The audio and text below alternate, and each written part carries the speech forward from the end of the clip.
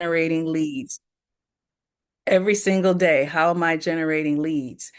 What process do I have to turn around and make those leads into customers? We talked about that customer journey. What is that customer journey? So these are the things that early on, you as the owner, this is only work you can do. I call it owner work. This is your job. So while we're here for these few sessions, I want to pull all as much of that together as I can for you so that after this, even if you decide you don't want to pitch, you at least will have all you need to really get out there and build a business. Questions? Let's get this talk. Listen, this is the time to open up and say, let what's the real answer? So let's come on off mute and ask what you want to ask. I have a question. Um, Yes. I did submit the same day. The homework, I think I'm off on the homeworks, like what I'm supposed to be doing about the persona of our customer. Mm-hmm. So I don't know if you received it. Yeah, You did? I sent back all the homework. I'm trying to think of you were this morning or this afternoon. So it might just not be posted yet. Okay, okay, okay. Um, But I thought long and deep, like they go to coffee shops, da da da da. So I'm just hoping that's what you were looking for, but it makes a lot of sense. well, I want you to think about this is a good discussion as we talk about personas. Some of the things I'm seeing is that it's still too broad and some of the demographic information doesn't tie with your business. In Mm, other words, if you have a business that like your grief counseling, you wouldn't have a demographic that says this is a male or a female. They're 32 to 40 to 68. They are make 20,000 to 50,000. All of that is so broad. You have to narrow that in. If it doesn't matter whether they're male or female, then you don't need to put that as part of the demographic because it doesn't matter. Grief counseling could be male or female, but what does matter? What can you spot if you were in a coffee shop? How would you know just from looking at someone if they might be a customer, a target customer? Because that's the other thing. We get afraid to narrow it down because we're like, but this person I did business with, and this person was a customer. This exercise is about your ideal customer. Anybody can do business with you, but all of your marketing, all of your messaging, all of that lead generation where you're looking for people, everything about that is built around your ideal customer. So you have to know them intimately to be able to say, this is who they are. Excuse me. And you do that by saying, what makes them have this problem? What is it about what they do or who they are that makes them specifically have that problem? And keep asking that question to get it narrowed and down until you're finally like, well, of course, this is it. And again, it's going to change over time as you get out and sell and start doing business and getting connected to your customer. But the start of it is really just getting in there going, who else? But why do they have that? And what makes them have that? What is the problem that they have that made them be in this circumstance? That's how you start to really narrow that down. Does that Lorraine, it help? looks like you. Sorry, I didn't mean to cut you off. Kim, go ahead. Uh-huh. Yeah, I have a question. Um, I noticed on the well, first from the first class, I started figuring out. I don't think I'm trying to figure out how I'm going to make money because my target market is people with with very limited income. But I noticed on the sample pitch deck that was in the Mhm. Google Drive that that person had they had a primary target and it had a secondary target in the sample. And I just wonder what your thoughts about there. I feel like that's what I need to have. Yeah. And and I would hyper say focus. those things often happen. So if your target customer is a user who, let's say kids are an easy one. Your kids don't have money, they don't have jobs, they're not paying you. They're the end user of your product, but the parent is who you market to. In a situation like this, where you have people who have low income, who who benefits from them being served by your business? Like, what's your business? So it's a thrift store for with used household goods and furniture items, not clothing. And so who would benefit? Is there an organization? Is there a community place that they could put that your service as part of their service to that audience? I originally was trying to do that, a nonprofit, under a nonprofit, but that wasn't working, and the organization that I wanted to go under, it just wasn't gonna work. So I just decided to do an LLC.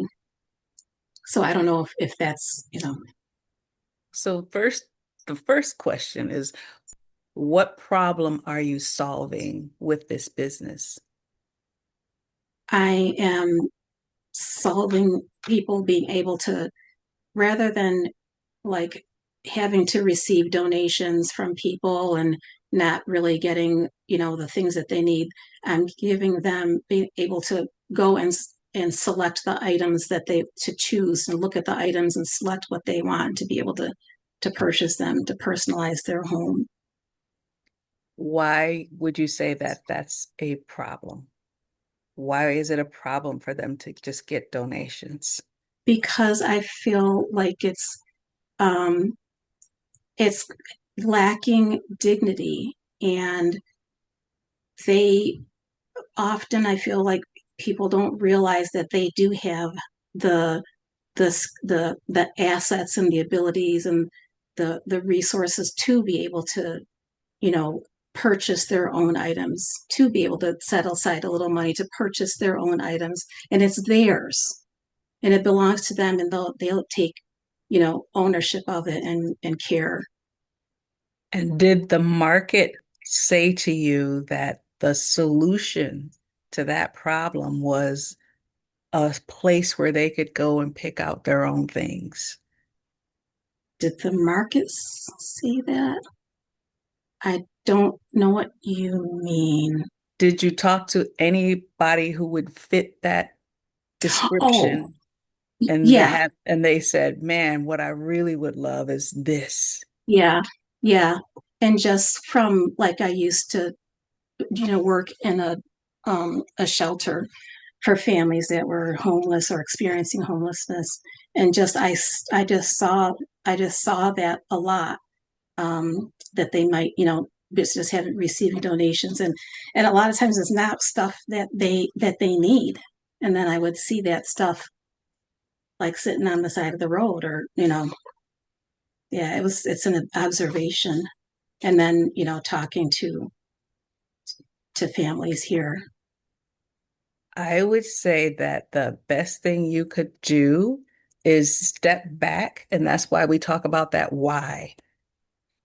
What's that real why? And is there a more direct and profitable way for you to express that why? Because if you can't really find out from the audience, that target customer, if the solution, if that different type of thrift store really solves the problem, then you're going to kind of go down this road and constantly be trying to chase the the problem because it's not clear. Do you know what I'm saying? So like you maybe from the outside said, these people they get these donations, it's not what they want. If they could go and just get the things they really need and really want, that would really restore some dignity to them. Is that the way your customer would talk, though?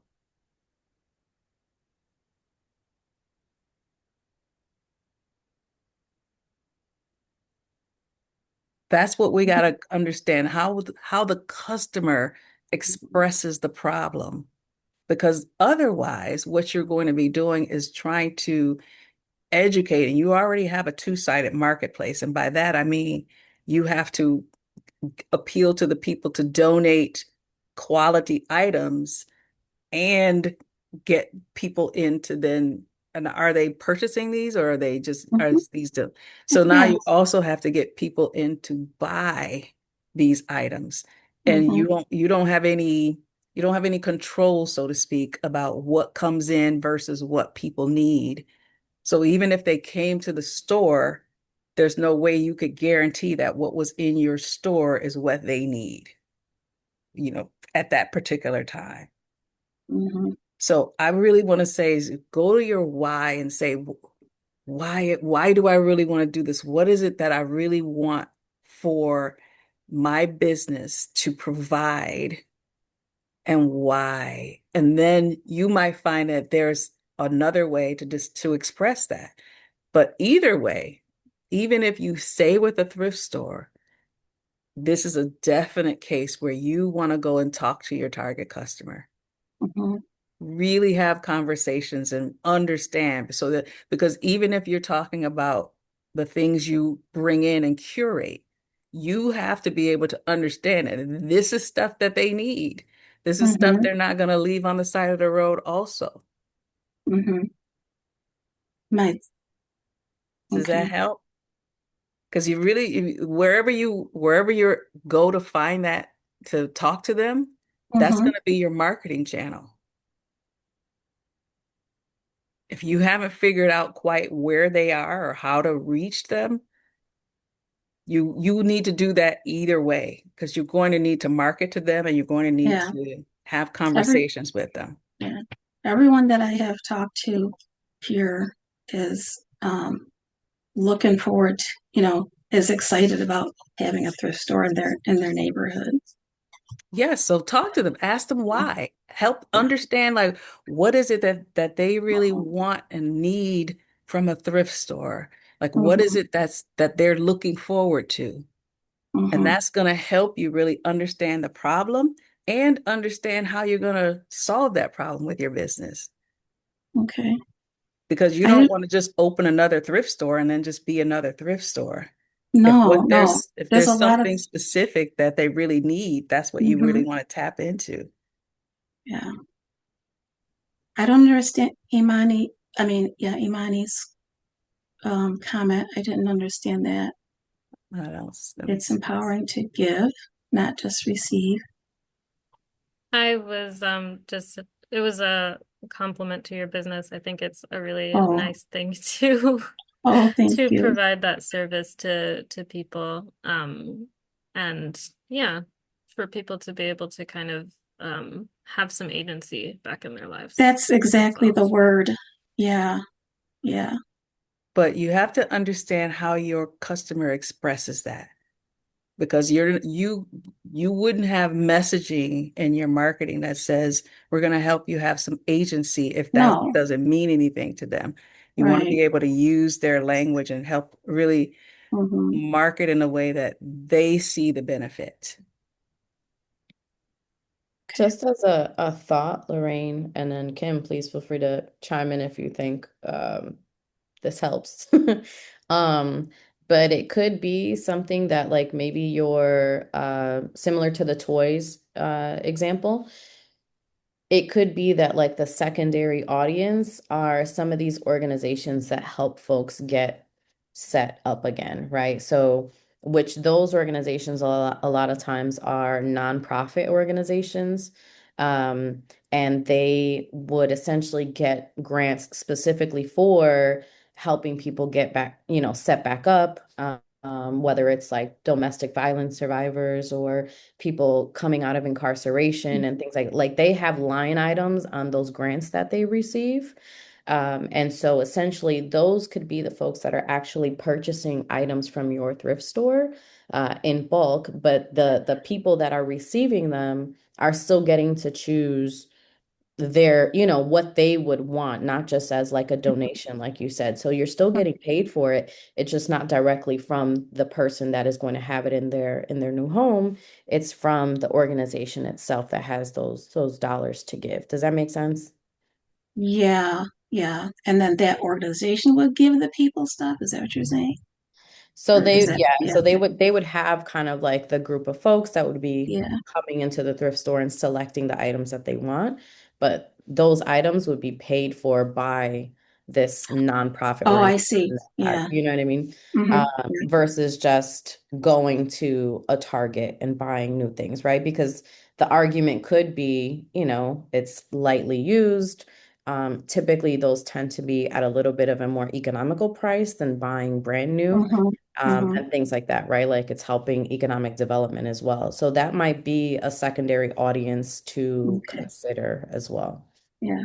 The secondary audience I was thinking about was people that had money and could buy like more up things, more high end things because I want to be, refurbishing and fixing things up too. So So again, that's where you're going to want to think about your messaging yeah, because that's two different that's audiences with two different needs. right, right. And if you're trying to help the people who are really underserved kind of get a little more dignity by buying a little better stuff, you don't want that person with money coming in and buying all the good stuff and then saying, okay, still what's left is the stuff Yes, that so hard. people, yeah. So you and then it also goes into the what you curate and bring in for sale.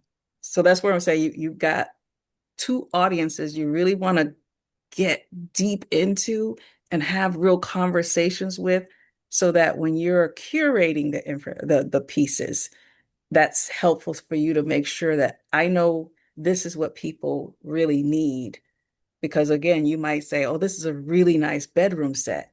But the people that you serve, they don't have any way to get it. They don't have any room because their place is much smaller. Those kind of things you want to understand. And you've got a pipeline that you can sit down and really just have conversations with them. Hmm. Thank you. Sure.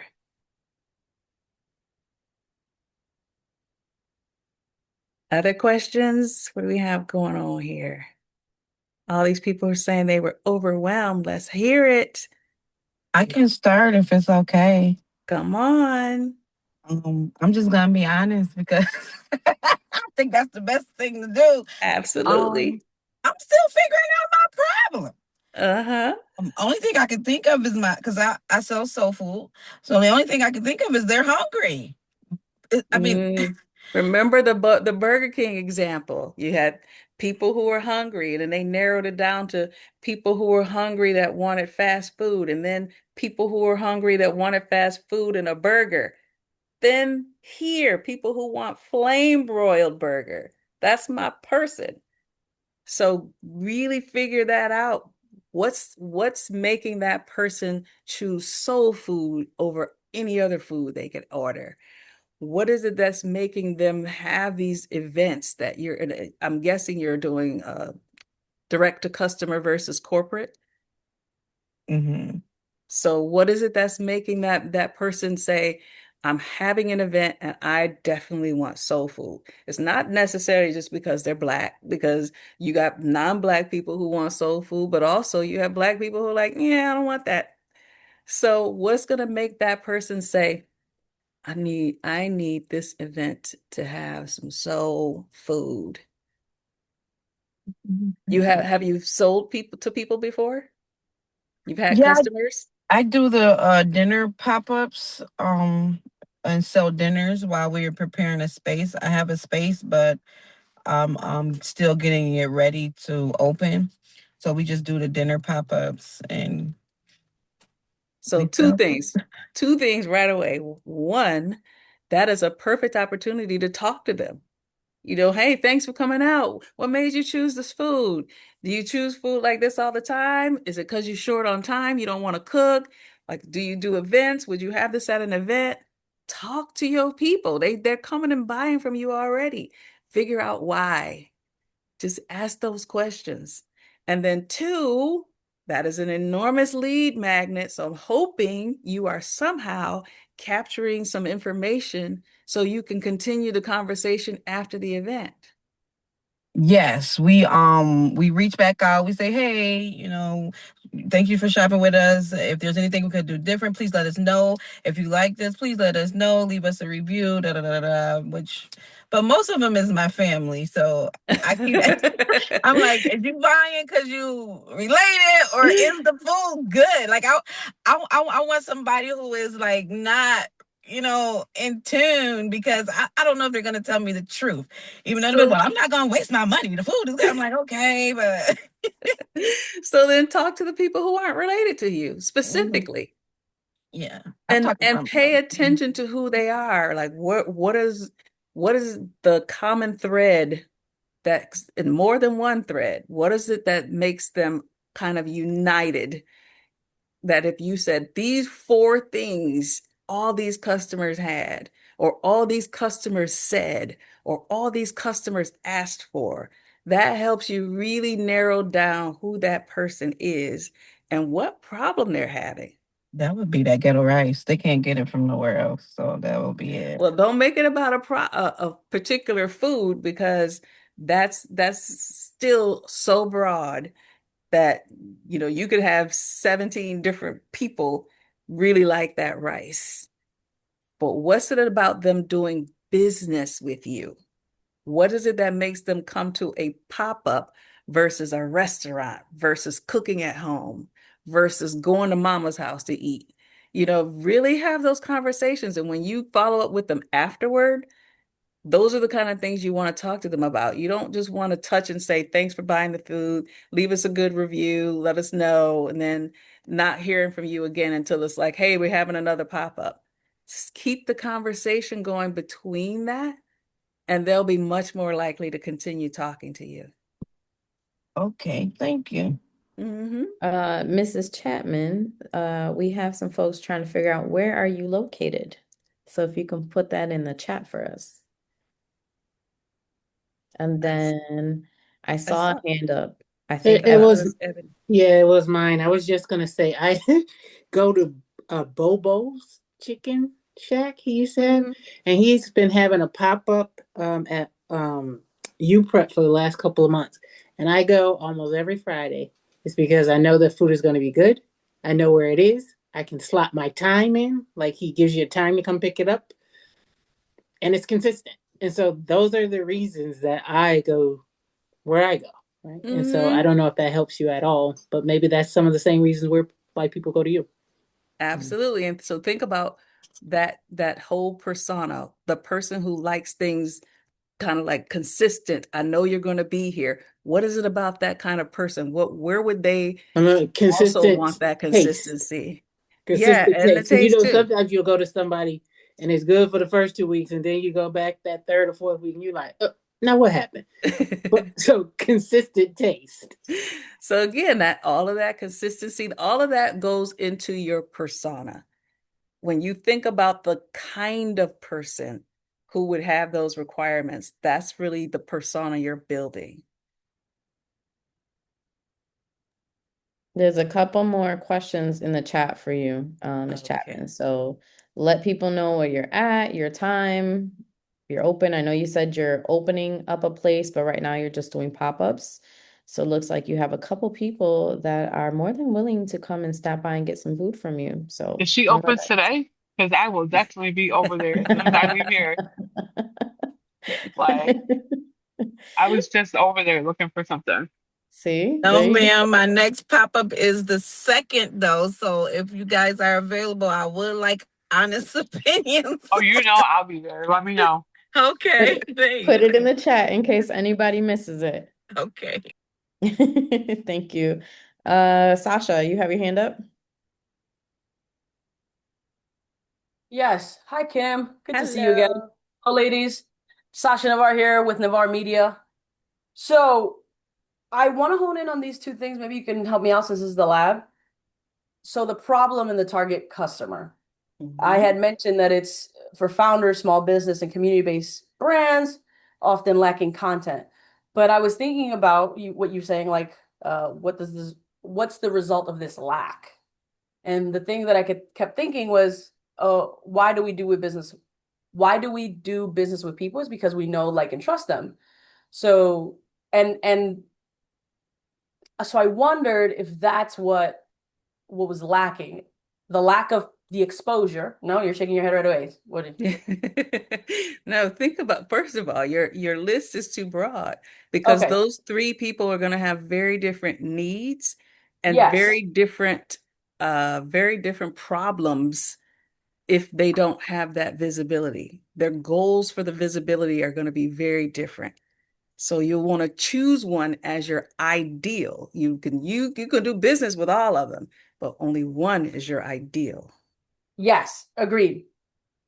We're here. We're on the same train of thought. So I have worked with businesses, like small businesses and founders, and I've noticed that I prefer and I'm more fulfilled by solving the problem and working one-on-one with, like, a personal brand. So where I'm at right now is I specifically want to work with either founders or CEOs, like, that are operating the business, right? Okay. And through growing their personal brand, with storytelling, like, with videos, they are able to show people how they are as an operator, so they build trust with their customers and they build authority within their industry with this visual storytelling. So that's where I am right now. I know that's pretty broad, but I narrowed it down to this specific individual that I'm offering the service. Yeah. You're still shaking your head. Yes, because you got the person, Okay. and I see this a lot in the homework. Your problem is tailored, or their problem Yeah. is tailored around your solution, and that's backwards. Your solution needs to be tailored around their problem. So what is the problem that they have if they can't get visibility? What's the problem that they are experiencing by not having a defined brand? And you want to say that. If you can say it in their words, then that's going to give you the problem. Then once you know the problem, you then tailor and say, now, how do I position my business to solve that problem? So some of the founders that I've spoken to, the problem that they have is people don't know who they are. So they're not having opportunities to Another step further. So what? So what, people don't know who they are? What's the problem with that? Because they don't know who they are, people they're not getting opportunities to, for one of them, speaking opportunities or funding. People aren't coming to them to actually buy their product. Step again. What's the problem? So what? All I can think is traffic. So what if they don't have traffic? They don't make no money because people don't know who they are. So what if they don't make money? Because Then they're that gonna might be not. destitute on the street. So you think about, as a business owner, yes, you want to make money, but Yeah. that's exactly why we defined our why. That business owner that wasn't the primary reason they went into business. They Okay. have a why, just like you have a why. And if they don't have traffic and they don't have people coming and they don't have customers and the visibility, how are they expressing that why? Love the questions.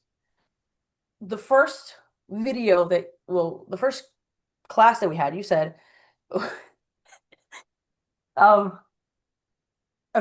don't know why I'm getting emotional. Sorry. That's Okay. all right. Don't apologize. Something struck a chord. I'm not sure why. So I had this problem in my first business. Nobody was, like, doing business with me. And they liked me, but they weren't buying from me, and I couldn't understand it. And it was mind-boggling because I'm like, so I have all these people on supporting me, but nobody's buying from me. And I don't know why I'm emotional right now. Because it's an emotional thing. Your why is your core, your business. You put a lot of heart and soul into a business that you were wanting to express.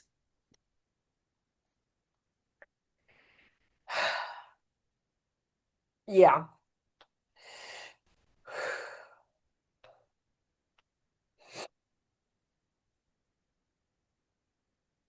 So Mercedes said in the chat that she may actually be your customer, Sasha.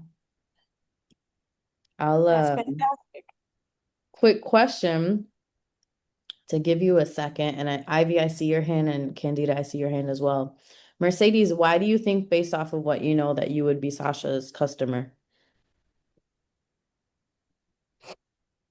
Because I need help. And she sounds passionate. And also, when she talked about storytelling for my business, I'd have to do the storytelling, especially for those who want to listen. Because, for example, my son died in 2010 while he was away at college. Mm. And I went to different grief groups and counselors and therapists, etc., but I still wasn't getting what I needed. So what I found was what I needed was, after I'd been emotionally exposed, I needed some holistic care. Before I leave you, I need to do some meditation, some a massage, yoga, or something to that effect before I leave. Because if I leave here emotionally exposed, I'm going to do bad things. And Mhm. so I thought of myself when I was from my long journey that I'm still on, because it does not end, that Never. self-care is important, but you don't necessarily prioritize it. So I might get my good feeling from partying, having some cocktails, doing some things I'm not supposed to do. So this is my story. You see what I'm saying? And when she mentioned storytelling, I need to get my story out there because my pitch can be so off. You know what I mean? Or it might be, then I had to learn that I'm not for everybody anyways. And so I don't know what it is. She seems like she's creative. I swear I've seen her face somewhere in Buffalo before. So it's intriguing, and maybe she'll be able to help me. Sound like she knows what she's doing. And we're all here trying to work out what the problem is, because I had to tweak my problem. Like when Kim says, how would you talk to them? Basically reverse it. How would I wanted somebody to talk to me? So I like how she's working that through with Sasha. And I mean, we're in these stages, and I feel like she might be able to help me.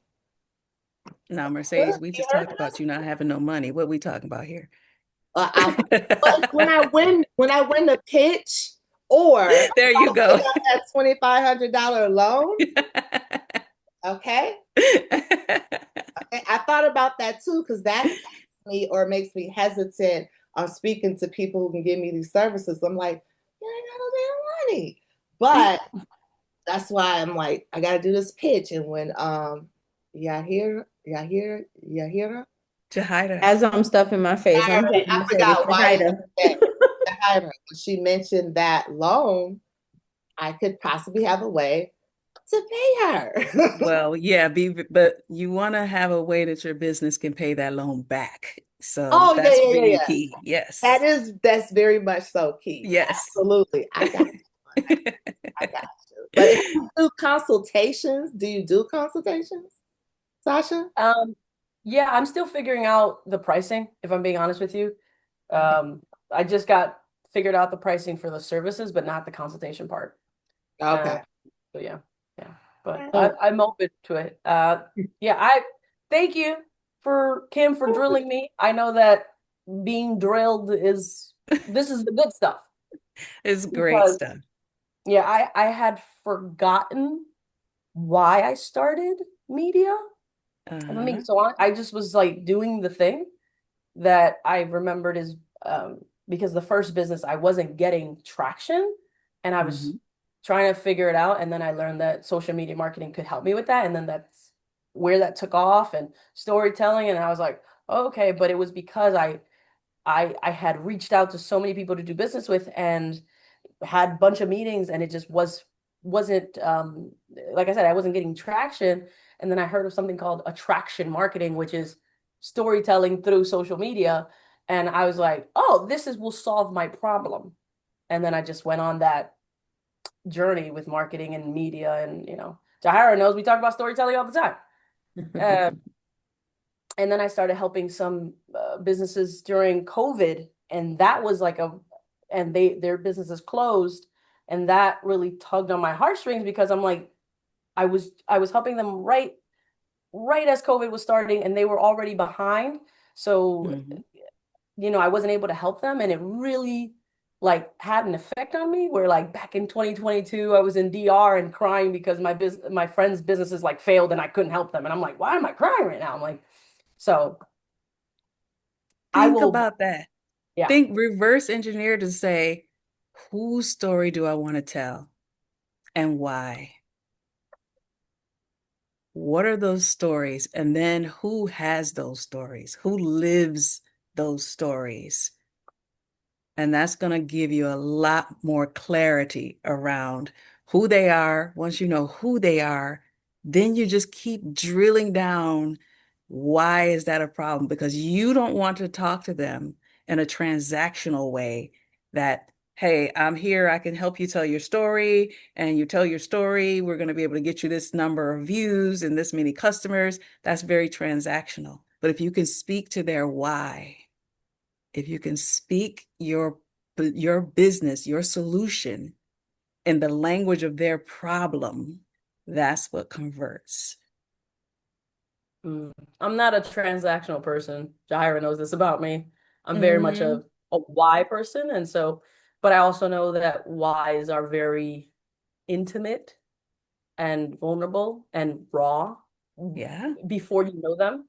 So, perhaps you're just exposing some. So, but yes, thank you. You've given me good things to think about. Thank you, Kim. Sure. And thank you. Appreciate you. All right. Thank you for sharing, Sasha. All right. And thank you for opening up with us. Yes, for sure. As I've mentioned before, that's kind of what this space is about, right? We're going to continue to ask those questions and see what that opens up, right? Because you can't be confused. Your clients will sense if you have some confusion, and that's where they start to question the value in what you're offering to them, right? Because really that's sort of where people are getting tripped up, right? Yeah. Do I see you, not you the person, but the service or product you're providing, valuable enough for me to give you my money, right? Am I in the space where I'm like, okay, even if it's not what I expect it to be, would I be okay with at least kind of giving you my money, right? Some things work out, some things don't, but that's why we keep asking this question, okay? Ivy, thank you for your patience. What do you have to say? Okay, so I guess it's going to be a little bit like word vomit now, but I need some feedback. So I'm here for my second business. I am working on an edible body cream line, and my main focus is to basically make intimacy fun again.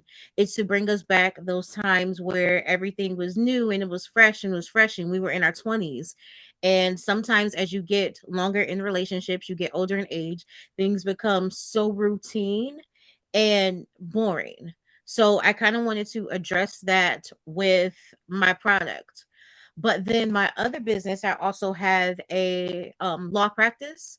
And I wonder when I get my body cream up and running, would there come a time where I have to choose one? Because I've always envisioned like a sex positive, but not crass marketing campaign, something that can be played like on regular TV, but I don't know if that would necessarily mesh with my practice.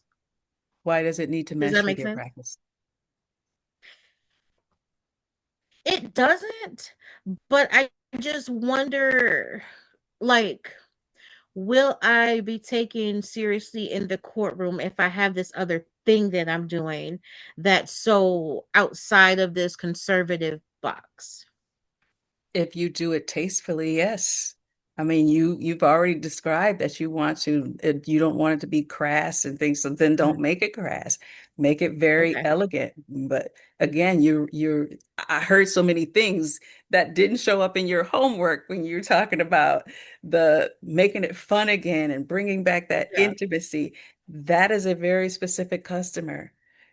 Really hone in on what kind of couple has lost that fun? What kind of Hmm. couple? And you probably, these people are probably so much in a routine, they don't even realize that the spark is gone. They don't even Yeah. realize that it can come back. So that's Hmm. the kind of thing that where you're really thinking about who is that couple? What are they doing? What are they, how are they spending their evenings? What are they saying to each other about intimacy? And speak that language. And again, there's nothing that says it has to be quote unquote sexual versus intimate. Okay. And an intimate Okay. business, there's no good reason why you wouldn't be taken seriously in a court. Although they're two separate worlds, you still could be Hmm. taken seriously in the court when you have this business. But I need to see more of that in that homework because your Okay. homework was ooh, like just very bland, very kind of, these people who this girl, get in there. I think for me, it started with my own personal story. And I remember my husband at the time going into an adult store, and the clerk, I guess he was looking for something. The clerk was like, "Oh, you have vanilla sex."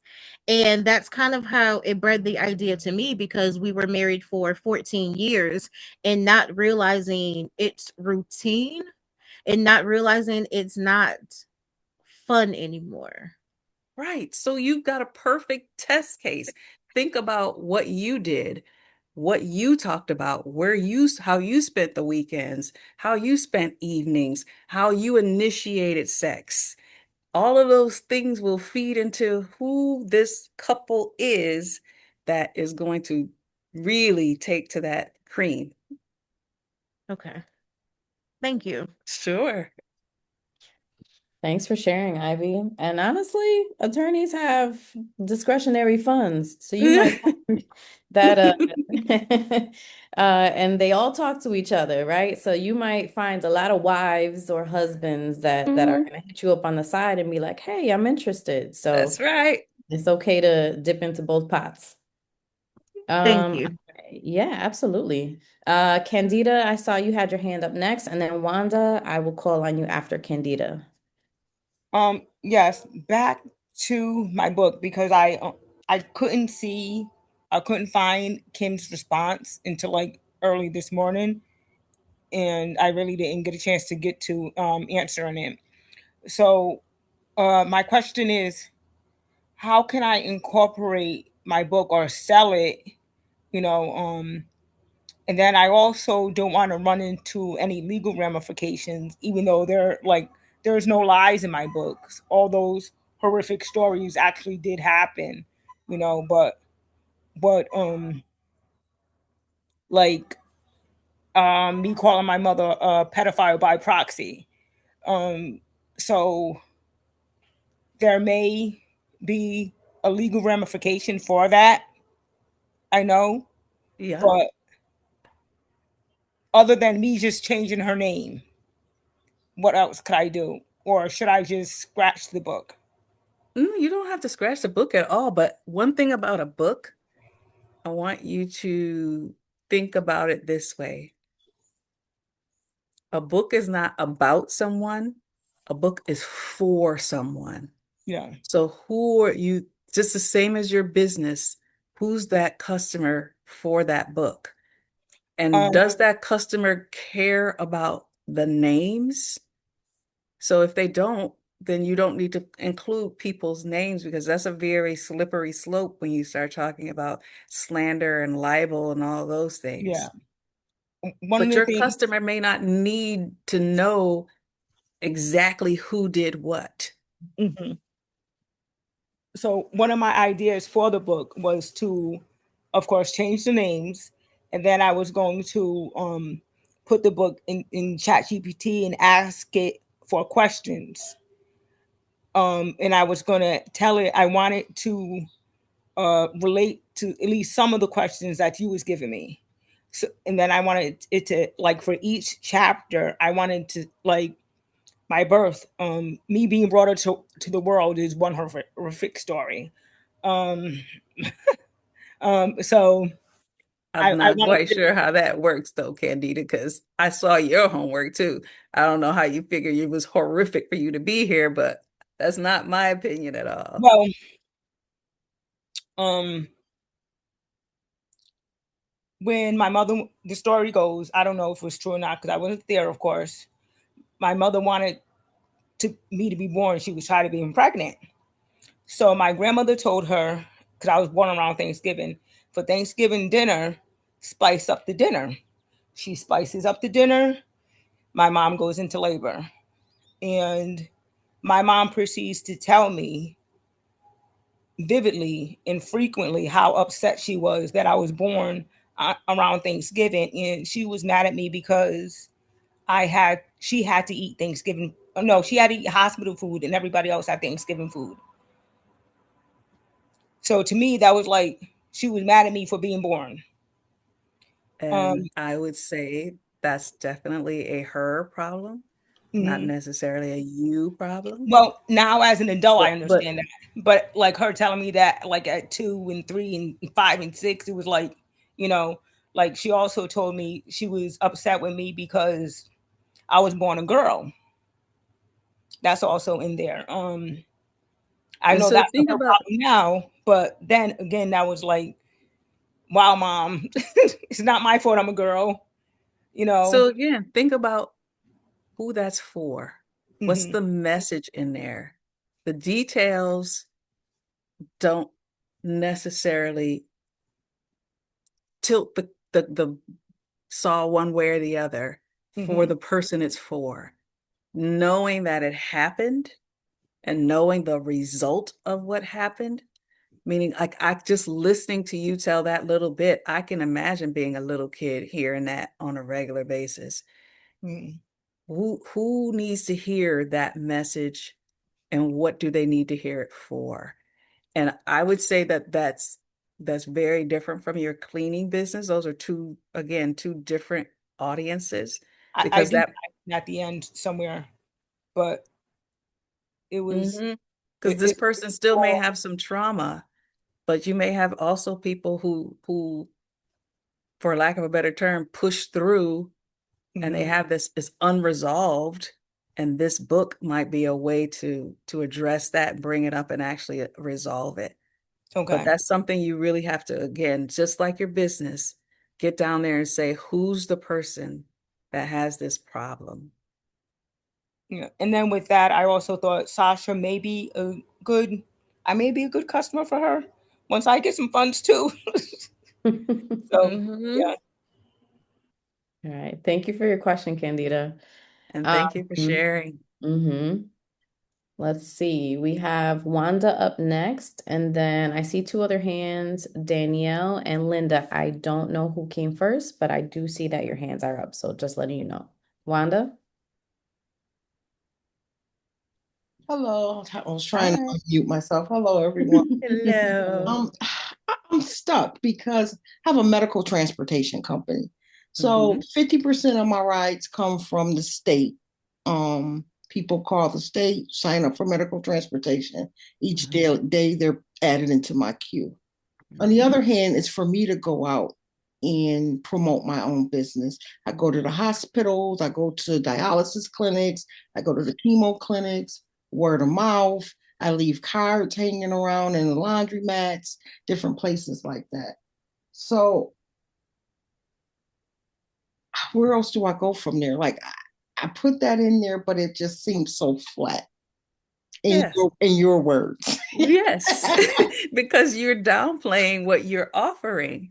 You know, when you think about someone getting a ride that doesn't have a ride, when I see some people, like I've seen homeless people, and the first thing I go is, man, where is their family? Because there's no way that I could rest at night if my relative was out here in the streets.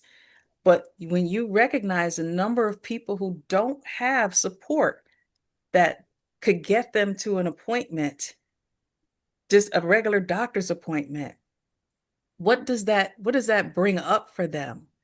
What can you talk to about a person that is pretty much making it on their own at a time in their lives when they really need that support?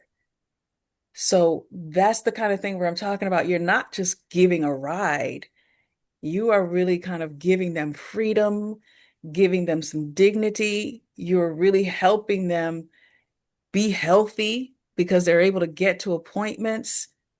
And then then that's just even the 50% from the state. When you're talking about you going out, you also have the angle of the people who do have support, but they just don't have enough. Maybe they do have kids and those kids have cars, but those kids have lives and it's just an inconvenience for them to have to leave work and take the mom to the doctor. So you're providing a relationship link for that child and that parent because now that parent can still get what they need and the child can go, I'm still taking care of my mom. I'm not physically there, but I'm making sure she's taken care of. Right. So what does that profile look like? How can you figure out what that person, that caregiver role, what that profile is? If you have customers already, talk to them. Talk to the people that you pick up that aren't paid for by the state. And do they have kids? Why can't the kids take them? What's the issue? Is it transportation that they don't have cars or that they don't have time? Or how does that senior or the person that you're taking, how do they feel about the caregiver not being able to come to the appointment with them? Can you get to the caregiver and have a conversation? I do have like 10% of my client base is colleagues. They're at work, they're attorneys or whatever. Their mom needs to get to dialysis 3 days a week. Can you take her in? Can you make sure she gets into the house? So I do that for about 10%, and that's just through word of mouth or just knowing me through the social work world. But if you sat down and said, okay, I don't know if you drink coffee. I don't drink coffee, but just say, people say, let's have coffee. So if you sit down and go, I'm building this business.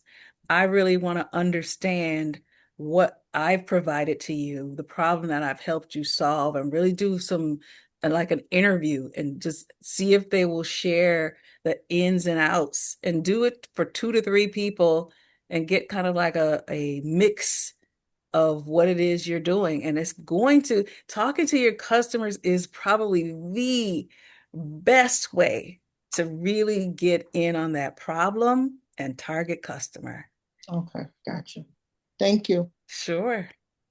Thanks for sharing, Wanda. Yep. All right. Danielle and Linda, I don't know who came first. So I'm I gonna think leave it was Danielle. Danielle. It's Okay. showing up on my screen. Thank you. Danielle? So I just have, I think, a question. I thank you for my homework. Mhm. You definitely tore it up, so I'm going back. I'm gonna go back and try it again.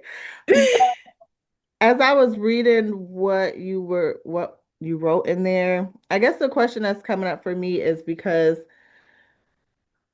my business has two different pieces to it, and I think I'm struggling with trying to come up with one problem statement. So can a business have two different problems that they're solving? I guess is what I'm trying to understand.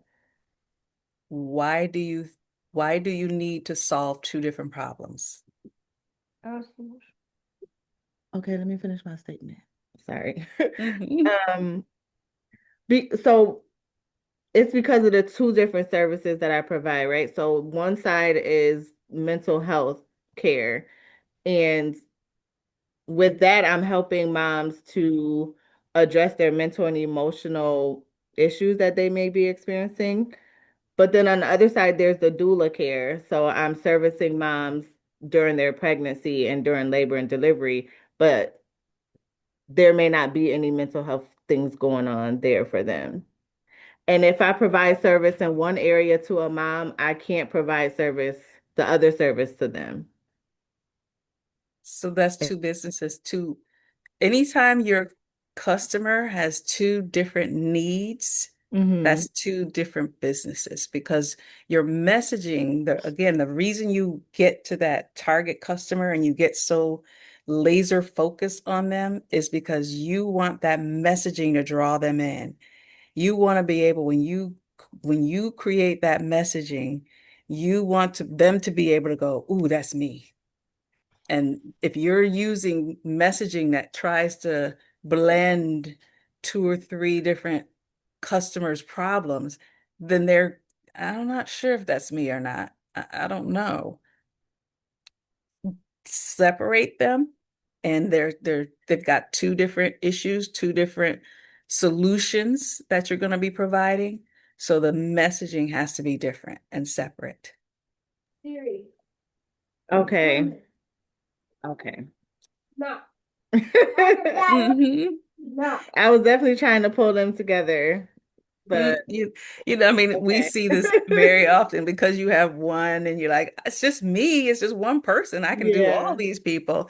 But Okay. when you marketing and you really narrow down that target customer, I keep saying, look at the commercials.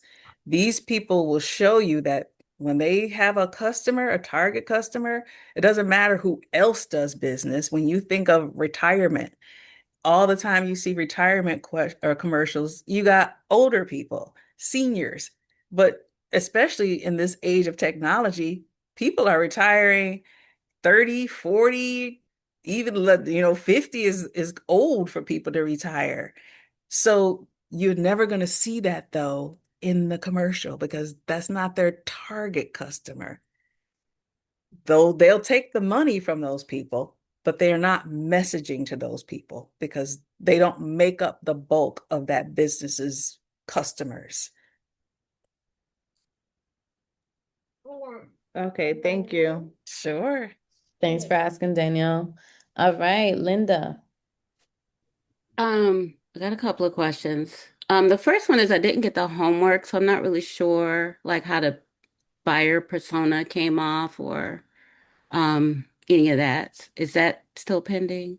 You're probably going to have it today. Okay. Like I sent it was earlier this afternoon that I sent all the homework in. Okay.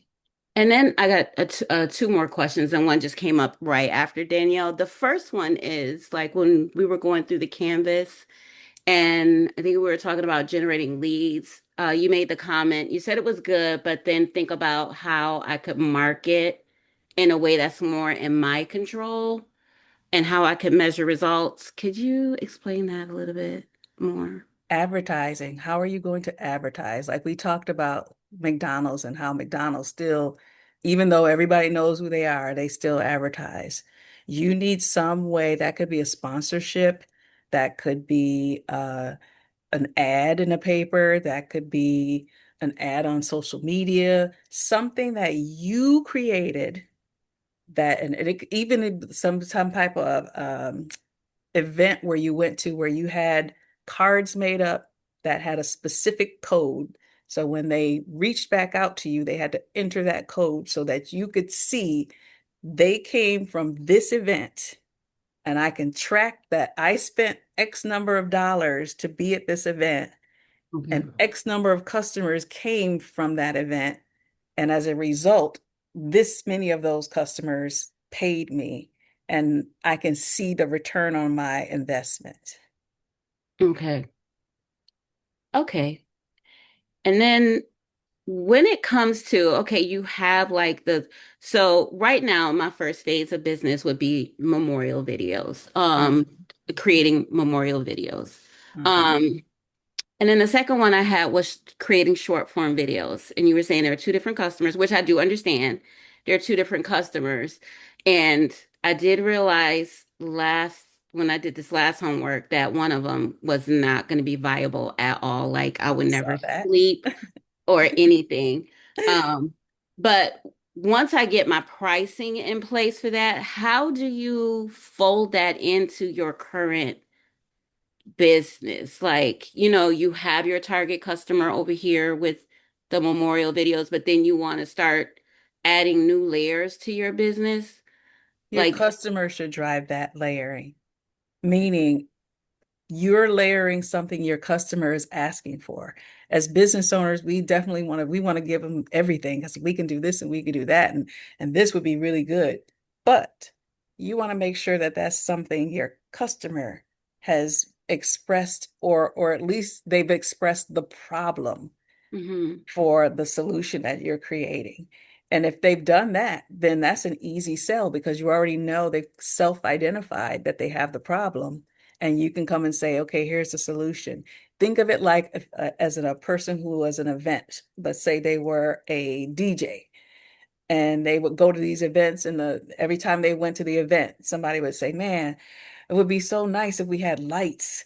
And, I wish I had some lights. Now that DJ, that's their thing is all about music and getting the music, but they keep hearing that. They go, you know what? I'm gonna bring some lights. Mm-hmm. And now they bring lights to their thing, and people going, oh, that's so nice because you have lights. Can we rent the lights? They're self-identifying, and that DJ's got, oh, okay, people want some lights. Let's give them some lights. And now that spins out to different other things, but they don't just show up with lights and say, okay, somebody's going to want to rent some lights because I have lights. They let their customers self-identify, and then they start layering on these solutions to the problems. Okay. Thank you. Sure. All right. I think, Wanda, I saw your hand up at a moment, so I wasn't sure if you had another question I or. did. I was just gonna Okay. wait till- Okay. Okay, I have another LLC. I'm almost there. For transitional housing. I have the bank account set up. I have the LLC set up. I just didn't want to bring them in, so I'm glad you said they're two separate things. You need to, even though according to veterans, they will pull my transportation into it, but it's two separate things. And I keep getting caught up trying to put them together, but I just got to keep trying to stay focused. Focus on this one and focus on that one. So thank you Yes, for that. exactly. Again, to go back to the events industry, you've seen, and I don't know if you've seen, but I've certainly seen where you have an event space that has a limo service. They're named two different things. They're two different customers. They're an easy upsell for one or the other, but they don't operate together and they don't advertise together and they don't message to that customer together. Okay. Okay. I'm trying to. Okay. I'm trying to. Okay. Just Thank think you. of it in terms of the customer.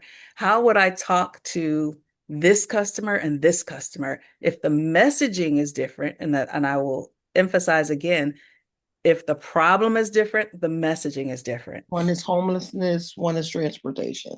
Okay. Okay. Mm-hmm. Okay. Good way to look at it. Okay. Thank you. Yes. All right. Latoya, you have your hand up? Yes, I have, I think, two questions.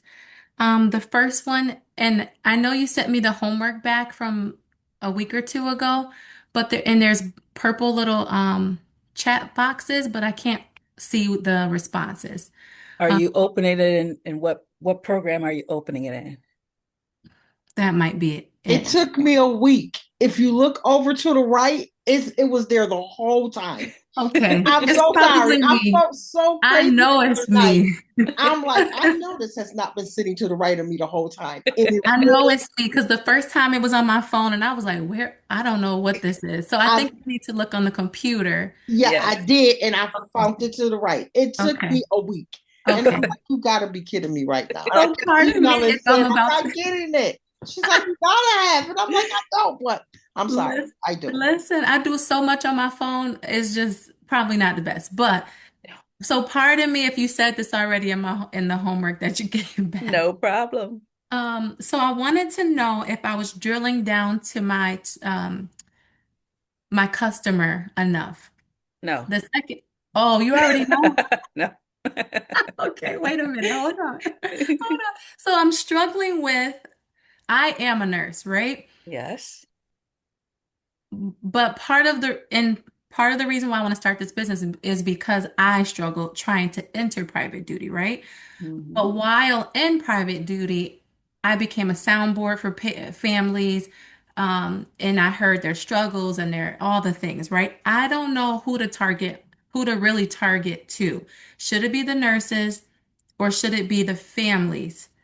You have a Um, two-sided marketplace, if I'm right. You have the yeah, the yeah, platform in the middle, so you have to yeah. do both. Okay, I have to do both. You Okay. have to do both, but your your messaging Hmm. can't be so narrow on you. Okay. You know your why and why you started it, Hmm. but you're going to need to open that up to bring in some nurses and understand what their issues and motivations are. Hmm. Even if they're also burnt out, they may not Hmm. be burnt out in the way that you are. Okay. And then understand what's going to bring them in, because one of the things I put in your homework is what's the messaging for a burnt out nurse to want to take a complex case.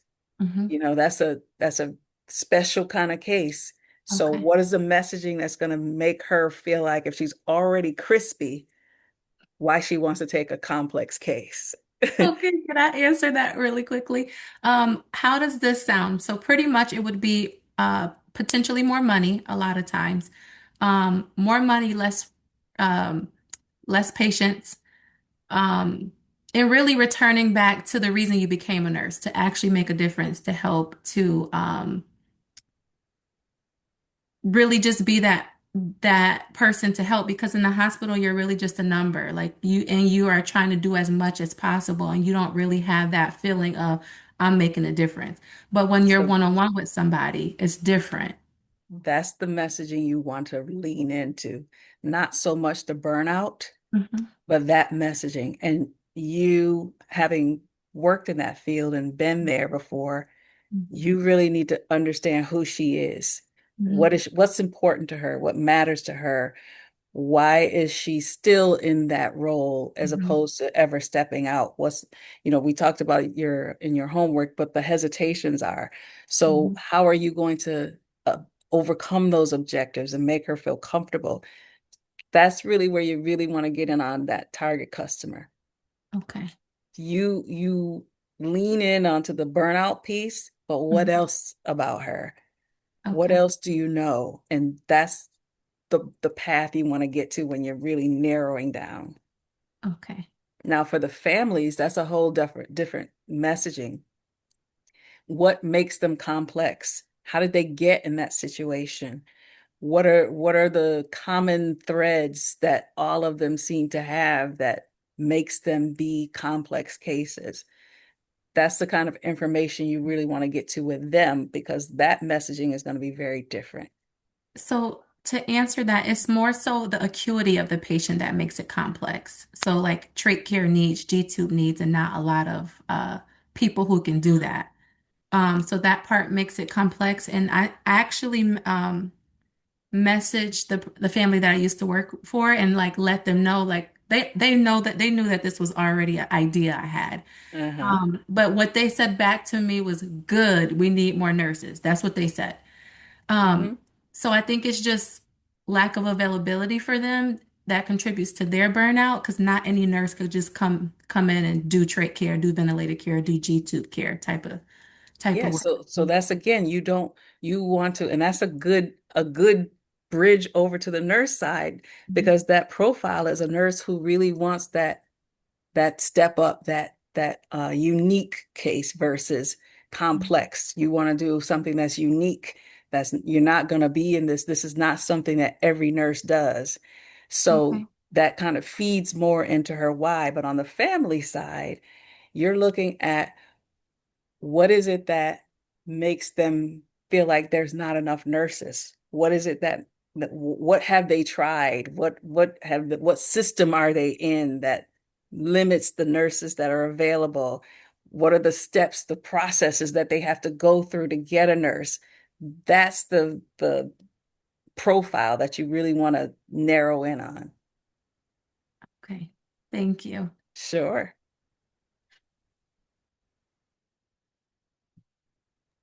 I don't see any other hands at the moment.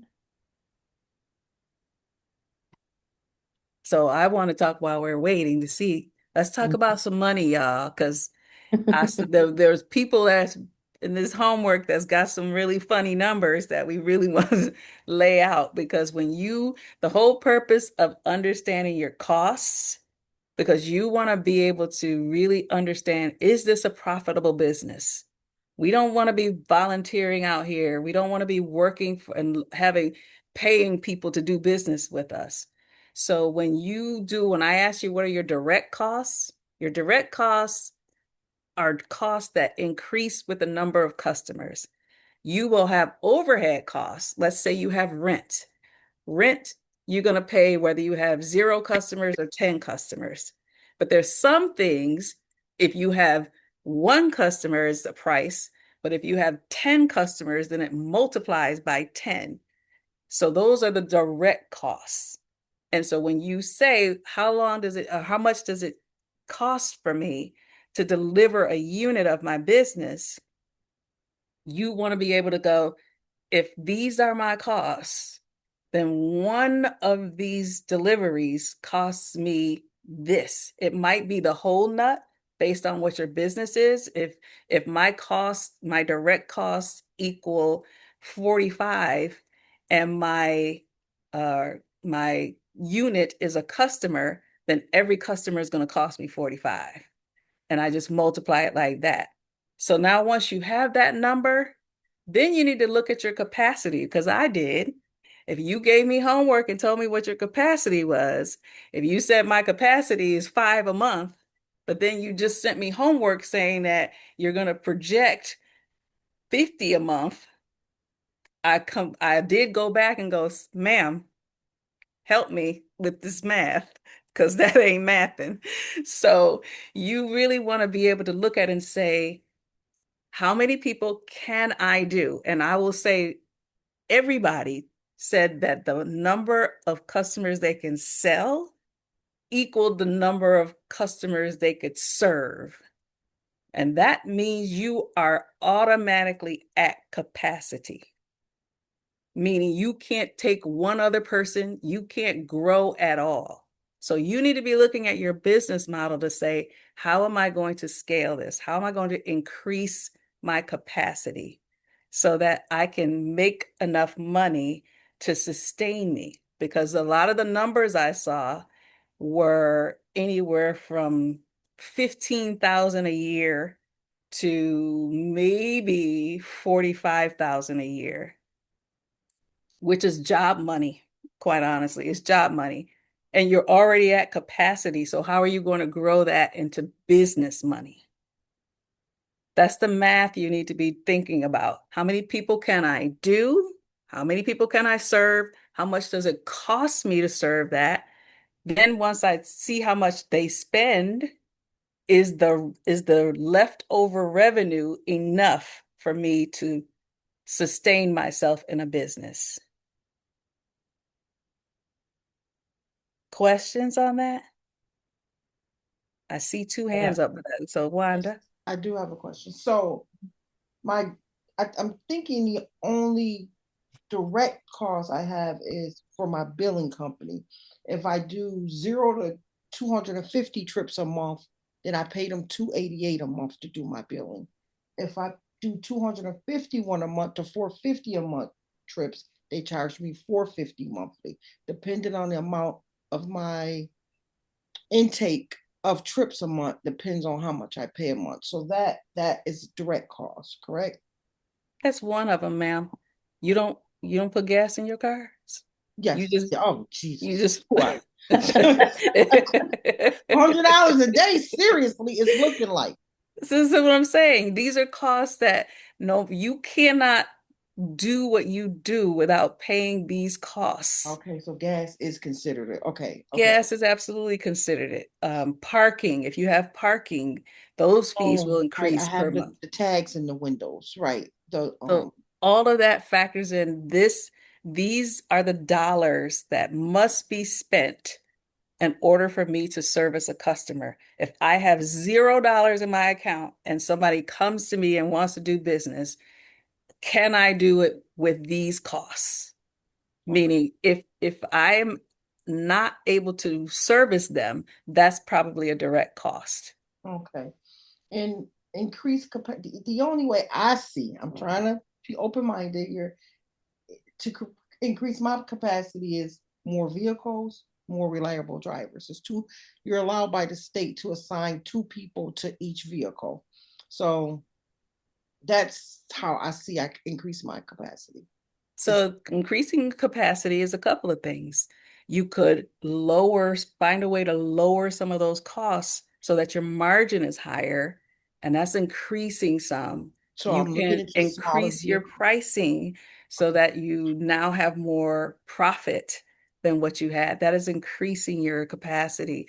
You could figure out in your case, how do I reduce the amount of time that I'm spending per trip or even between trips so that I can take on another trip. And then I think probably one of the first things everybody should do is really look at, is that my capacity? Okay. Am I really, really saying that the number that I put down here, I can't do one other person other than that number? Okay. Because these were some low numbers, y'all. I'm just saying, some low numbers. So you should be saying, is that really true that I can only do 6 clients in a month? Maybe, maybe not, but that's what you really want to look at. So that was the second assignment, which I didn't do yet. I'm gonna work on it starting tonight. All right. Okay, because this is okay. Kim, real quick, for that second assignment, can you just recap what the assignments were? Because I know some ladies had some questions. So assignment 1 was, and then assignment 2 Yeah, was. I'm gonna have to go to the slides for that because each one had about 4 bullets on each of the assignment Is it slides. the activities Yes. slide for each of those? Okay. All right. Yes. Okay, got it. I know it's 6:31, and I know Candida, you had your hand up. And I believe this is time. So you tell me, Kim, if you wanna go ahead and answer right now. Oh, Anybody who wants to okay. Anybody who needs to leave can leave. Anybody who still has a question, let me know. We gotta get through this part here because it's about time to really fine tune those pitches and really fine tune those businesses. So now's the time to get these questions answered. And then, ladies, before you hop off, if you are deciding to hop off, I put my email in the chat just now. I think it's still there. If for some reason you have not seen any feedback on homework that you've sent over, send it back to me. More than likely you have. It might be in spam, but we'll take a look and see what we got going on if there's anything missing. All right. So please send that over to me. And then that's it on my end. Go ahead, Kim. All right. Candida. Yes. So my capacity, as far as my digital products, in the merch, I don't know what it is yet. Because the digital products, they're on my website. You could download them. Like it's looking like to me unlimited. Yeah. The merch is print to order via third party. So Yeah. that again looking like to me unlimited. So billions, millions, trillions, I don't know, or until the site crashes. And I don't know what that will, number looks like. As far as the service, is contingent upon the orders or like how many clients need the service. I'm projecting the limited capacity will be 240 people, or for 240 cleaners, because my plan is to run all 8 counties of Western New York 24/7. And then with that thought is, based on order. I also have an $82 audition clean. So you can get your space cleaned for $82, and the cleaner is essentially auditioning for the job. Mm-hmm. So, and that is a paid interview. Mm-hmm. So that again is based on order, like in how many But people. I have capa- 150 applications right now. So with that, 150 would be my limit. no, because your capacity is how many people. So if you've got 150 people have applied to do one of those audition cleans, Hmm. you have to have 150 houses for them to clean, 150 spaces for them to clean. So your capacity is a combination of you, your time, being able to audition these people, and having those spaces for them to clean.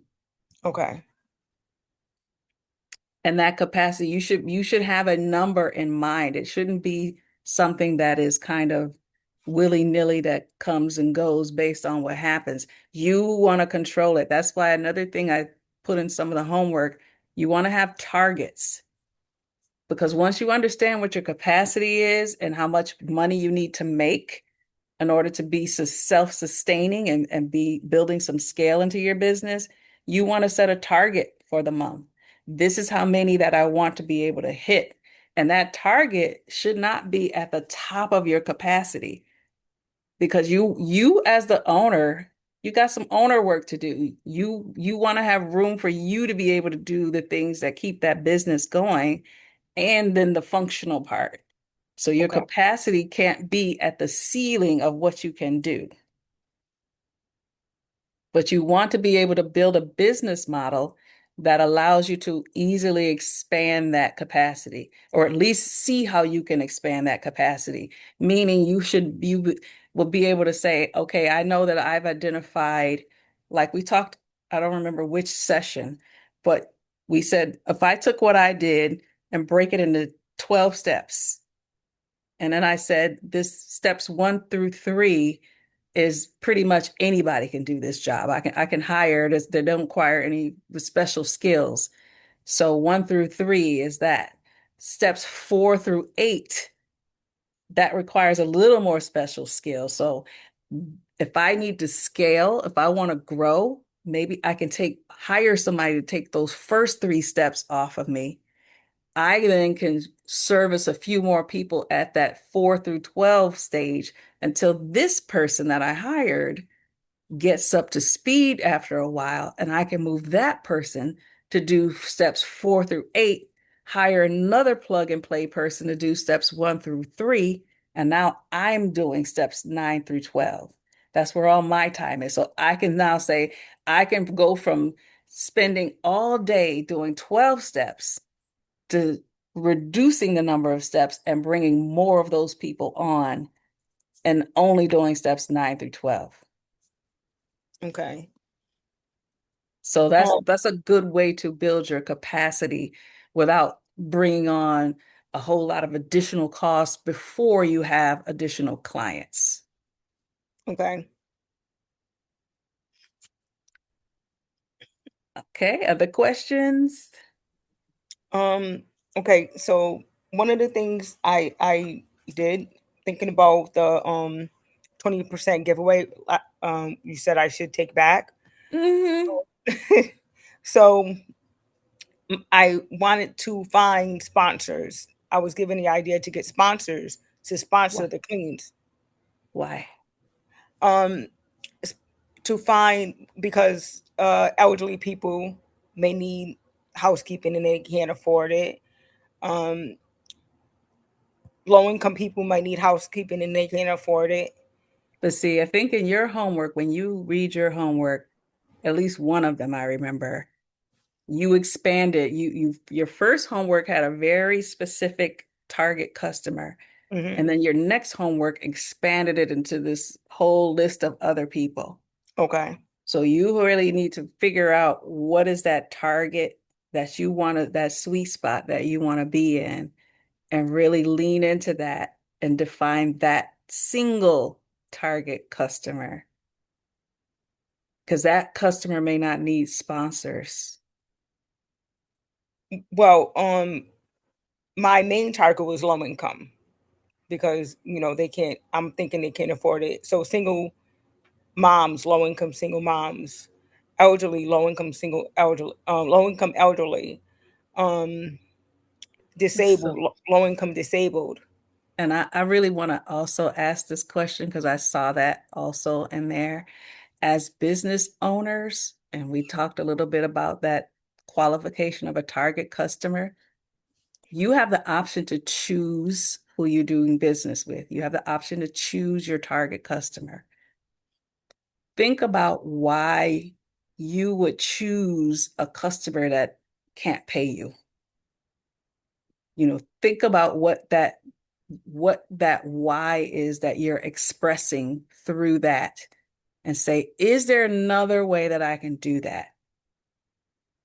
Is there a way that I can say, have my, for lack of a better term, my regular customers, the people who can easily pay me, and I'll have, if my capacity is 15 a month, then I have 12 of my messaging and my target customers, that 12 who could easily pay me, but then I have a capacity of 3 more that I can service that can't pay me, that I maybe do a sponsorship or a discount or something to help them.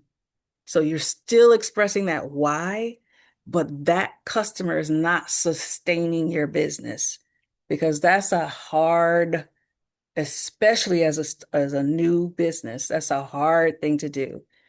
So maybe the Typically, if sponsors wasn't clear enough. So I wouldn't be sponsoring the cleans. Like I wouldn't be paying for the cleans. I'm asking churches, I'm asking elected officials to sponsor a block of cleans. and why would they do that? That's where I'm Because saying, you're think of the effort that you're going to expend to go to a business and say, I want you to take money out of your coffers and pay for this person, this needy person to have their house cleaned. Not saying that it can't happen and not saying it doesn't happen.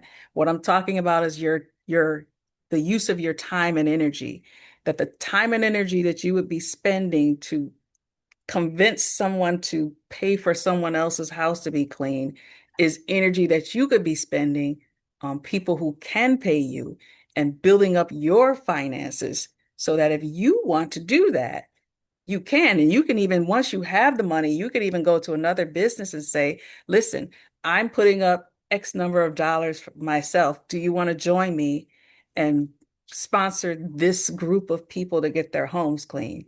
That's a much easier sell than just coming up to people and saying, there's 6 people that need their house clean that can't afford it. Do you want to give the money and sponsor it?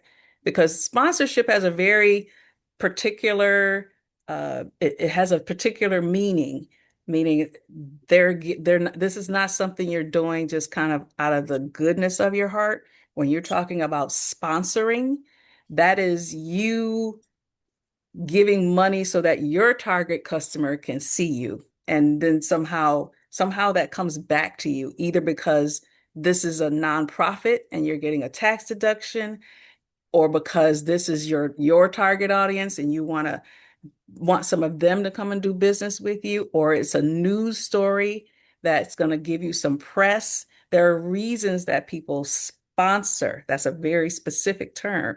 So the energy that you would spend trying to get that to happen, to me, in the early stage of your business can be better utilized with people who can pay you.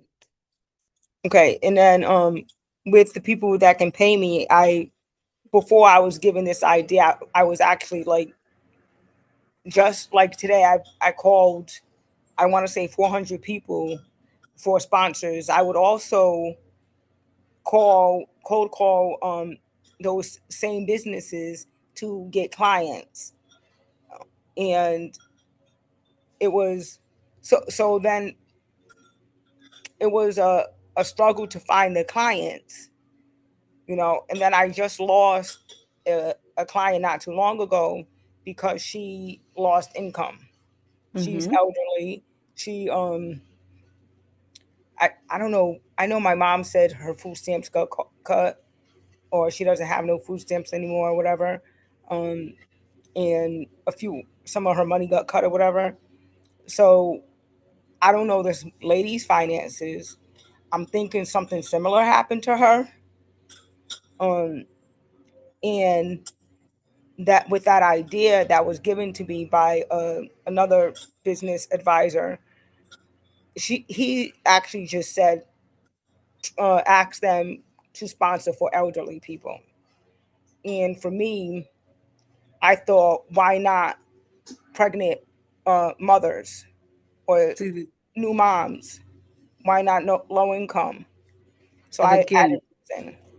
all of those are very needy audiences, and that's fantastic that you from a heart perspective that's what you want to service. But think about the effort and think about what your business needs from you as the owner, where that business needs you to be focused. And when you're trying to spread that net so wide and scoop up all the people who would need it, there's a lot of people who would need it, but they shouldn't be your target customer, and they shouldn't, because they're not the target customer, they should not be consuming that much of your time. Okay. So I also have an NPI where I could if you have medical insurance, your medical insurance may be able to cover it. And I was working on I forget what it's called exactly, but um like my brother's a vet, so I can go and clean his house. I have a little bit more homework to do to secure that. But Mm-hmm. once that's secured, if he qualifies, I can go and clean his home. Mm-hmm. So I was also not only with the cold calling, but trying to get the clients. I would cold call and try to get connects with the VAs and the hospitals, and things of that nature. But again, I just want to, that target customer is who you want to keep focused on. Hmm. If you can do business with a bunch of people, but something like that where you're doing cold calling, that cold calling should be to your target customer, because the messaging should be for your target customer. All of that should be very uh, condensed, concise, and consistent for your business, not changing per customer. Your messaging shouldn't change per customer. Your target customer is one customer, and your business is one business. And then everybody else can come in and do business with you all day long. Good day. I'm And gonna put my phone number in the chat. I may have some business for you. Okay. Thank you. thank you, Wanda. All right, Sasha, last question. Okay, last question. I'm having a little bit of a hard time with the cost per unit, gross margin, and the other one that I can't remember now. The price per unit. Cost per Uh-huh. unit, price per unit, gross margin. I'm having a hard time with that one.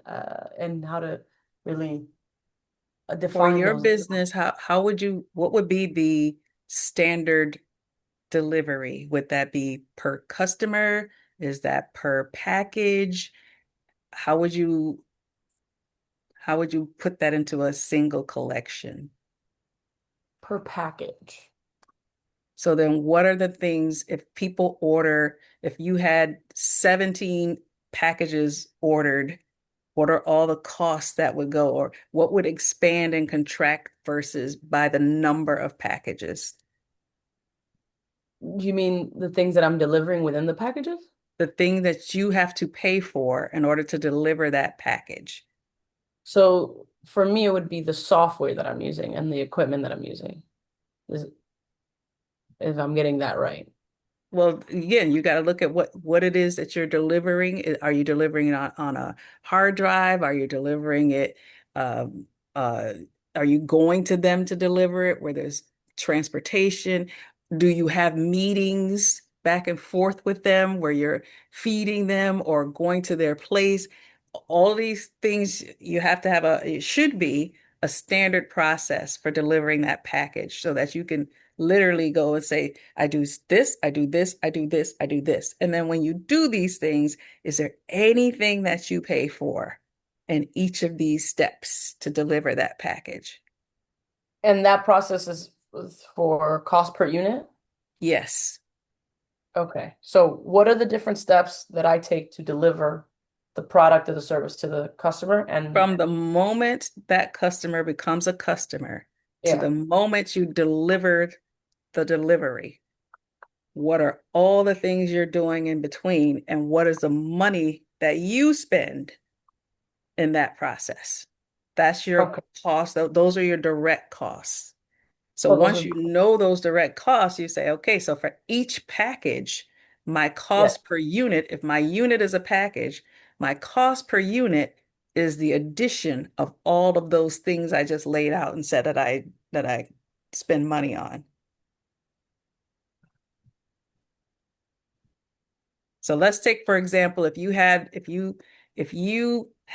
a package where you said, I'm going to meet with you, I'm going to come to your office, I'm going to meet with you 5 times. I'm going to go back to the lab, I'm going to put all these things together, and then I'm going to deliver the story, all the digital media on a flash drive. Those 5 meetings where you're going to them, the time, your labor, the gas, the parking, anything you're spending when you're doing those 5 meetings, direct costs. When you come back to the lab, the stuff you're working on, you would spread that out. So let's say you're using Canva and the Canva subscription is $24.99 a month. And you say in a month, I would deliver 8 of those packages. So you would divide that $24.99 by 8. That's a direct cost. So now That's that goes also into the pot. And you're listing out all of these direct costs and putting numbers on them. Then you're going to say, so if these are all of the things that are all of my direct costs, and this is what they total, then for each unit, it costs me $182. That's my cost. That's the money that I spend. So now I know that I have to charge that customer at least 182, but don't do that because that's just break even. But you're saying, I know I cannot charge the customer less than $182 for that package. So let me just rephrase what you're saying to make sure I understand this. Sure. So direct cost is adding up all the costs that it takes me to deliver the package that I'm offering to the customer. So if I'm my time, if I'm driving to them at all, if I'm meeting with them in person, or if I'm using software, if parking, anything that I have to spend in order for me to deliver this package, anything and everything. Now, again, when you say anything and everything is delivery or package specific. So if you're paying rent where you are, that would not be a direct cost because even if you have no customers, you have to pay that. Okay, just for the product. Just for that package that deliver that unit, what are the costs that go into that? Okay. Okay, so that's direct cost. Correct. Okay. And then there's cost per unit and then gross margin. So again, if you have, and your unit is what you define. So let's say if you have something that no matter who comes in, no matter what the client is, they're going to get this, whatever this is, then I would suggest that your unit be per customer. Because if they're all getting the same thing, then you can just lay out that process and the numbers. If you are offering something, your product or service is something that changes per customer, then you can look and say, how can I take what I do and kind of put it in a box? Is it by um, by time, by length of time? Is it by the amount of fabric, or whatever it is? That unit is what you define. And then you do that process for the costs that we just talked about. Then your margin, your gross margin, comes down to, if you've said, I've added up all of those costs per unit, and my charge, what I charge the customer per unit, let's say it is $350. Your gross margin is the difference between those costs, that cost per unit, and what you charge the customer.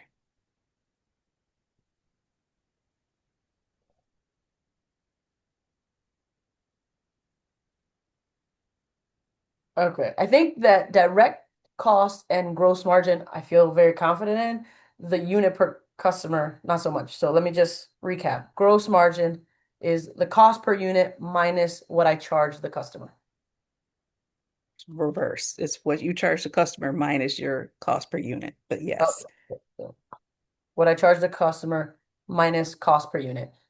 And the direct costs are, what is it that I'm spending to deliver this product? Not my living expenses, but what is it that I'm spending so that I can deliver this product? Correct. I understand that. The unit per customer is a little, unit per, what am I saying? I'm not sure. What is it? You've Price got per all the unit, costs. price per unit. Price per unit. Because you said I define it? Your price per unit is absolutely what you define, what you charge the customer. That's the cost is what you pay, the price is what they pay.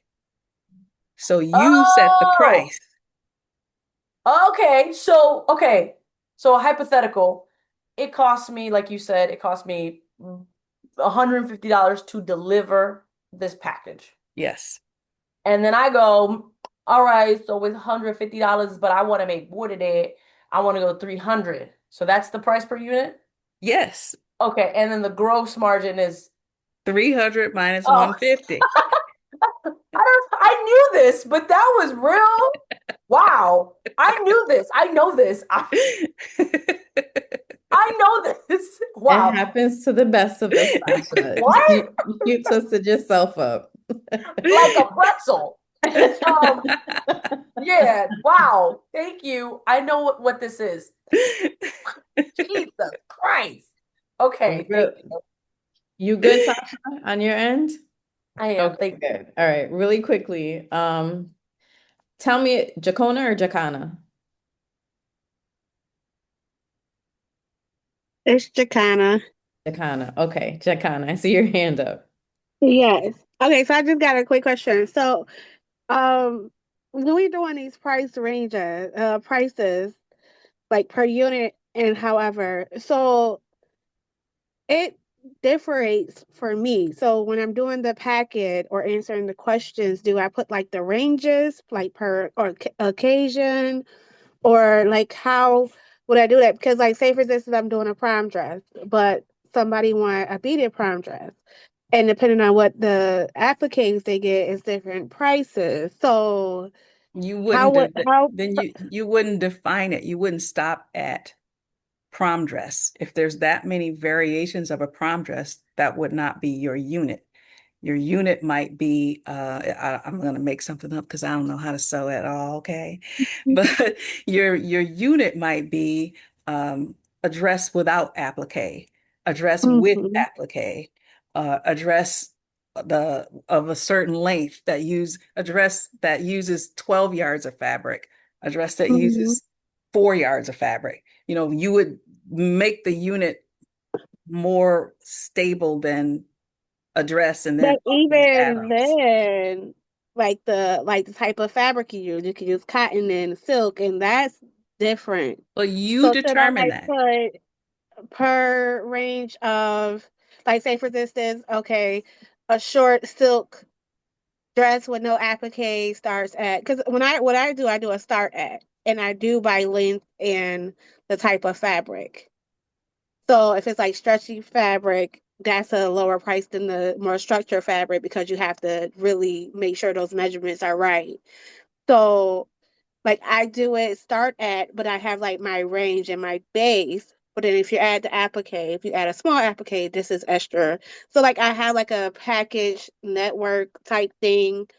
But as far as the so should I put that into the paper the homework that we do But I'm or saying you're, excuse me, to do that, to price that out and cost that out and making sure that you have captured everything is going to be very, it's going to be a long list. So I would rethink the way you do that. And the way I always think about it is like an event venue.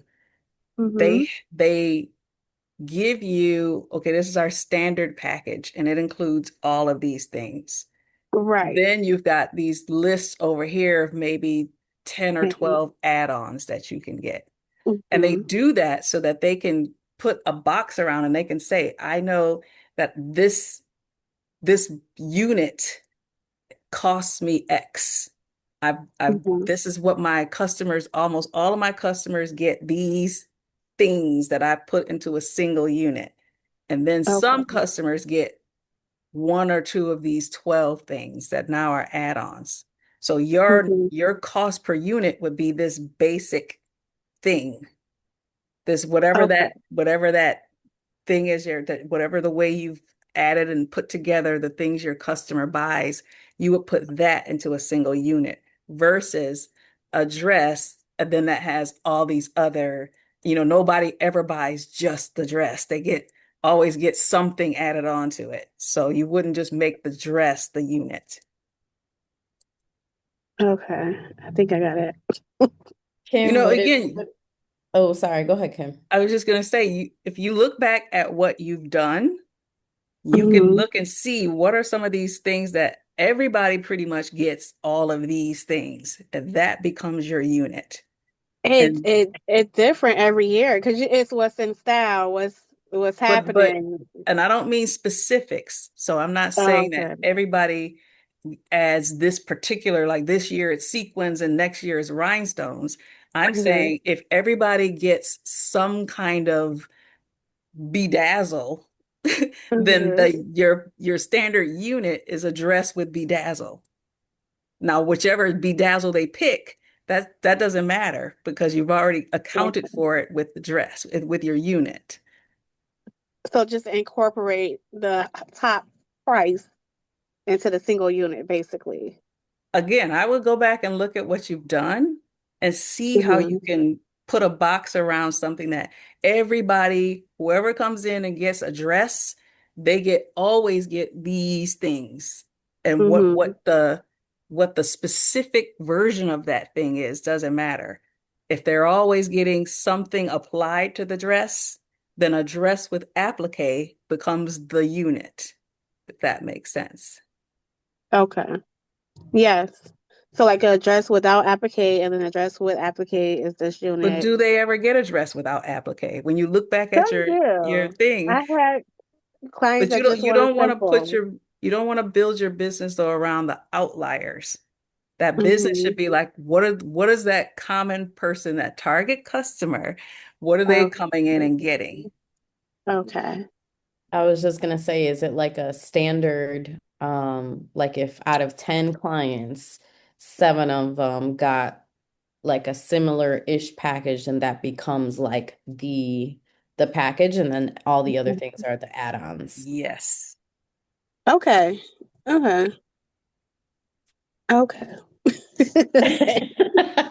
It's when you creative, because again, I get that with event people. They want to be able to say, well, I want to give the customer whatever they want, which is Mhm. great, but now you have not you've lost the ability to control your costs.